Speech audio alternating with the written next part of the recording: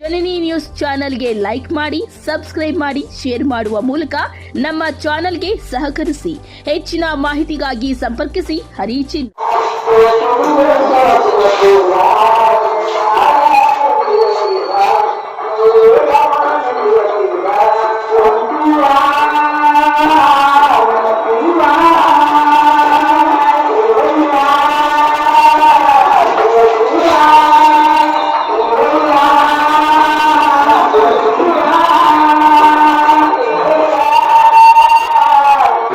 ಕನಕದಾಸ ಜಯಂತಿಯ ಶುಭಾಶಯಗಳು.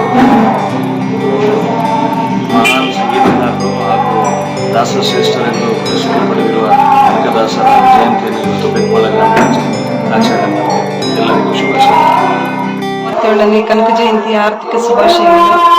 ಬೇತ್ಮಂಗಲ ಗ್ರಾಮ ಪಂಚಾಯತಿಯ ಅಭಿವೃದ್ಧಿ ಅಧಿಕಾರಿಗಳೇ, ಗ್ರಾಮ ಪಂಚಾಯತಿ ಅಧ್ಯಕ್ಷರೇ, ಉಪಾಧ್ಯಕ್ಷರೇ, ಎಲ್ಲ ಸದಸ್ಯರುಗಳೇ, ಎಲ್ಲರಿಗೂ ಇವತ್ತು ಕನಕ ಜಯಂತಿಯ ಶುಭಾಶಯಗಳನ್ನು ಕೋರುತ್ತಾ, ಕನಕದಾಸರು ಈಗಿನ ಹಾವೇರಿ ಜಿಲ್ಲೆಯ ಬಾಡ ಎಂಬ ಗ್ರಾಮದಲ್ಲಿ ಜನಿಸಿದರು.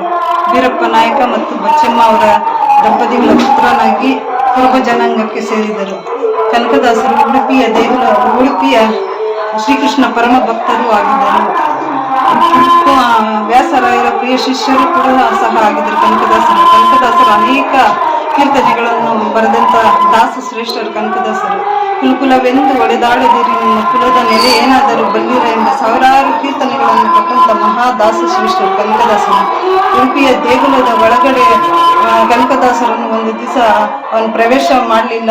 ಅದಕ್ಕೆ ಕನಕದಾಸರು ಬಹಳ ಅವಮಾನದಿಂದ ಅವರು ನೋವು ಅನುಭವಿಸಿಕೊಂಡು ದೇವಸ್ಥಾನದ ಹಿಂದೆ ಹೋಗಿ ಶ್ರೀಕೃಷ್ಣನನ್ನು ಬಾಗಿಲನ್ನು ತೆರೆದು ಸೇವೆಯನ್ನು ಕೊಡುವ ಅರಿಯೇ ಅಂದು ಅನನ್ಯ ಭಕ್ತಿಯಿಂದ ಅವರು ಬೇಡಿಕೊಂಡಾಗ ಉಡುಪಿ ಶ್ರೀಕೃಷ್ಣ ಪರಮಾತ್ಮನ ಹಿಂಭಾಗದ ಗೋಡೆಯನ್ನು ಒಡೆದು ಹಿಮ್ಮುಖವಾಗಿ ದರ್ಶನ ಭಾಗ್ಯವನ್ನು ಕೊಟ್ಟರು ಕನಕದಾಸರಿಗೆ. ಅಂದಿನಿಂದ ಇಂದಿನವರೆಗೂ ಅನೇಕ ಕೀರ್ತನೆಗಳನ್ನು ಬರೆದಿದ್ದಕ್ಕೆ ಕನಕದಾಸರು ಕನಕನ ಕಿಂಡಿ ಎಂದು ಲೋಕವಿಖ್ಯಾತ.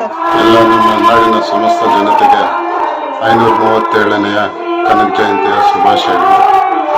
ಮೊದಲನೇದಾಗಿ ನಮ್ಮ ಬೇತ್ಮಂಗಲ ಗ್ರಾಮ ಪಂಚಾಯಿತಿ ಇಲ್ಲಿ ಕನಕ ಜಯಂತಿಯನ್ನು ಆಚರಣೆ ಮಾಡುತ್ತಿರುವಂತಹ ಗ್ರಾಮ ಪಂಚಾಯಿತಿ ಅಧ್ಯಕ್ಷರು ಮತ್ತು ಸದಸ್ಯರು ಮತ್ತು ಉಪಾಧ್ಯಕ್ಷರು, ಅಭಿವೃದ್ಧಿ ಅಧಿಕಾರಿಗಳು ಎಲ್ಲ ನಮ್ಮ ಗ್ರಾಮದ ಜನರಿಗೆ ದೇವರು ಭಗವಂತ ಒಳ್ಳೇದು ಮಾಡಲಿ, ಆರೋಗ್ಯ ಕೊಡಲಿ ಅಂತೇಳಿ ಬಯಸ್ತಾ, ಒಳ್ಳೆಯ ಅಭಿವೃದ್ಧಿ ಮಾಡಲಿ ಅಂತ ಬಯಸ್ತಾ ನಮ್ಮ ಗ್ರಾಮ ಪಂಚಾಯತಿ ಸಿಬ್ಬಂದಿಯವರು 2 ಮಾತನ್ನ